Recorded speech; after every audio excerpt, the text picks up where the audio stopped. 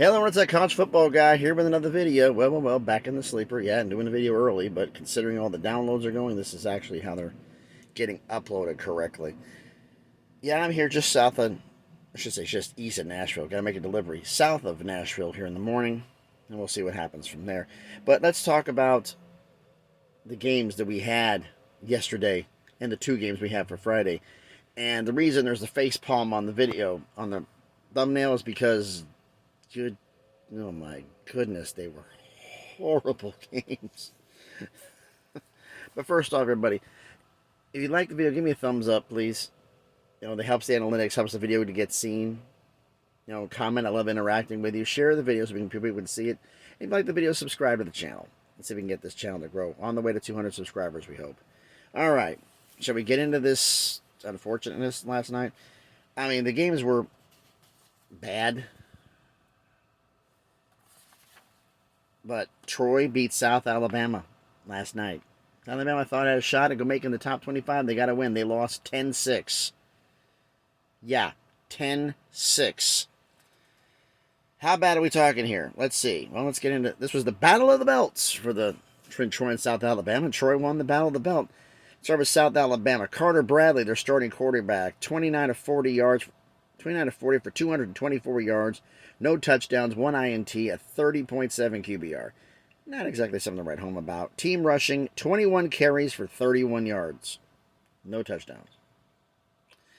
Team defense, they did have 4 sacks and an INT, but didn't have a fumble recovery. So the defense did something. The entire South Alabama offense was Diego Guajardo, their field goal kicker. 2 for 2 on field goals. He was 9 for 9 on the year, so now he's 11 on 11. Now, that's pretty good for a kicker. Let's look at Troy. Jarrett Doge, their starting quarterback. 10 of 15 for 84 yards, no touchdowns, 1 INT, 17.5 QBR. Team rushing was 41 carries for 128 yards and a touchdown, and the offense was basically DK Billingsley, their running back. 19 carries, 86 yards, and he had that touchdown. Which we take out the rest of the team, we're talking 22 carries for 42 yards. Yikes. Team defense had 3 sacks and an INT, but no fumble recoveries. Brooks Buche, I believe that's how you say his last name, 1 for 2 on field goals. So it was very ugly game. A lot of punts. But Troy won it in a very ugly one, folks. Now let's get to Virginia and Georgia Tech, the 2 worst offenses in the ACC, and they didn't disappoint. Virginia beat Georgia Tech 16-9. You're thinking, 16-9, 3 field goals. Wrong. Touchdown and a missed extra point, but it wasn't a touchdown. All right, I'll get into this. Georgia Tech had 2 quarterbacks played. Zach Gibson, 10 of 25, 99 yards, no touchdowns, no INTs, 7.6 QBR. The other quarterback, Jeff Sims, 6 of 11 for 47 yards, no touchdowns, 1 INT, 8.4 QBR. Team rushing of 37 carries for 60 yards, no touchdowns. The defense had no sacks and 2 INTs and a fumble recovery. One of the INTs was LaMiles Brooks with a 37-yard pick six. They missed the extra point on the pick six. Gavin Stewart, their field goal kicker, had the 1 field goal. He's 7 for 7 on the year. Now he's 8 for 8. He's the one bright spot for the year. The defense did their job. They got a pick six, and the kicker hasn't missed a kick all year. It's just the offense, absolute snooze fest. Now let's look at Virginia. The Brennan Armstrong Show. Brennan Armstrong, starting quarterback, 20 of 35 for 255 yards, 1 touchdown, 2 INTs, 66.3 QBR. At least we got someone decent finally. Team rushing, 38 carries, 155 yards, and a touchdown. And Brennan Armstrong, the starting quarterback, 13 carries for 91 yards and a touchdown. So Brennan accounted for both touchdowns in the game. The rest of the team, doing the quick math here, we're talking 25 carries for 64 yards. No TDs for the rest of the team. Not good. Team defense. The Virginia defense was the story of this game, realistically. 8 sacks. Let me say that again. 8 sacks. They got at it. 1 INT and a fumble recovery. On defense, Paul Akire had 2 sacks. Chico Bennett Jr., that's his name, had 2 sacks. And Nick Jackson had 2 sacks and the fumble recovery. The defense showed up. But their kicker, he was 2 for 2 on field goals for the year, hadn't kicked much. And he went 1 for 3 in this one. This could have actually been further apart if he would have nailed his field goals. It could have been possibly 22-9, which would have been a better looking score than 16-9. But they won. Not pretty, but they won. Now let's get to the 2 games that are on the schedule for today. We got Tulsa at Temple. Remember Temple, the team that UCF absolutely obliterated 70-13? Temple's at home. I'm going to run through the stats here on the offense and defense of both teams. Let's start talk here. And I did how the difference in receiving is for both teams. You'll see what I mean here. Tulsa is 11th in passing offense at 327.8 yards per game. They're 113th in rushing, though, at 109.2. 48th in scoring offense, 33 points per game scoring. Their leading receiver is Kalen Stokes. 44 receptions, 765 yards, 4 touchdowns. That's 765 yards is the 8th most in FBS. So they got a receiver who can get it. Defensively, 119th in scoring defense at 35.2. You score 33, give up 35. Not good. Conversely, Temple, 106th in passing offense, 206.8 per game. 128th in rushing offense at 79.7. They're 128th in scoring at 14.7 per game. Their leading receiver, Adonicus Sanders, 28 receptions, 350 yards, and 1 TD. And would you believe it, folks? There's only 2 receivers that have over 100 yards receiving for Temple. That's it. The other one's like 100 and 106.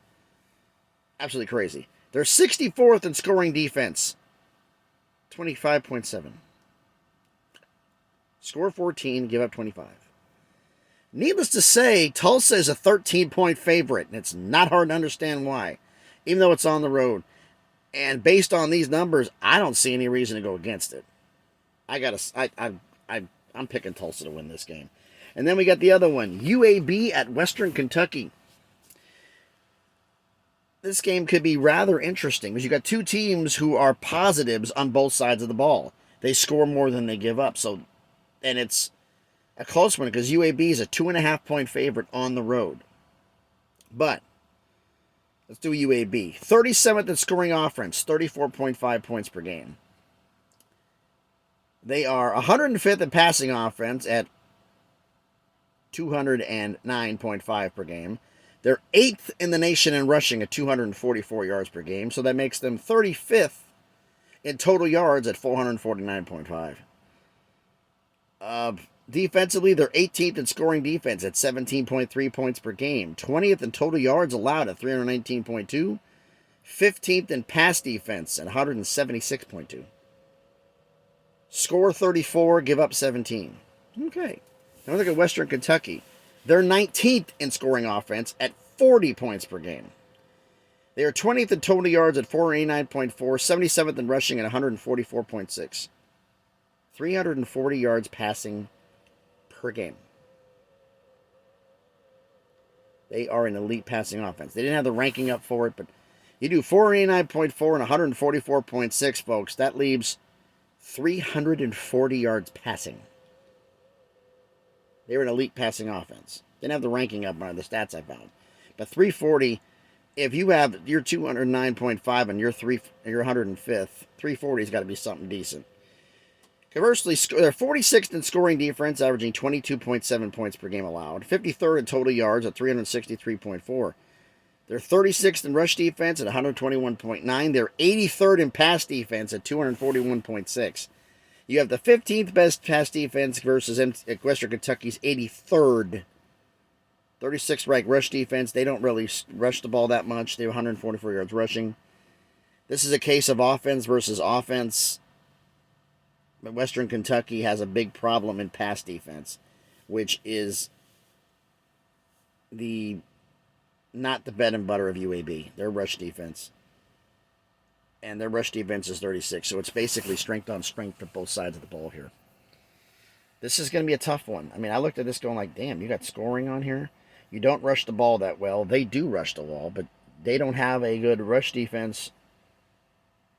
They don't have a good, their total yards allowed. I mean, they're averaging giving up about 140 a game, which is about what you score in rushing. But you look at rush defense from the previous side here, 36 is 121 per night. So they're middle of the pack. 2.5-point favorite for UAB. I think they're going to cover. I think they're going to do it. I think they're going to win heads up. I think UAB is going to win that game at Western Kentucky. We can have two road dogs winning here. Tulsa at Temple is not that big of a surprise, but UAB and Western Kentucky, this is going to be a dogfight. And it's probably going to come down to kicking and special teams. So I'm picking UAB to win that one. So you tell me down in the comments down below, who do you think is going to win these two games? Tulsa at Temple looks pretty straightforward, but UAB Western Kentucky may be a lot closer than you think. And then tomorrow morning, of course, early, I'm going to be doing the video about all the Friday scores. We had two snooze fests last night. Are we going to have two snooze fests tonight? And will be a recap of all the games we're going to have on Saturday, as well as Saturday updates throughout all of it. So, thank you everybody for watching the video. Always please, if you like the video, give me the thumbs up, comment down below, share, subscribe. I appreciate everything. Thank you for watching the video. Be safe out there, and please, be good to each other.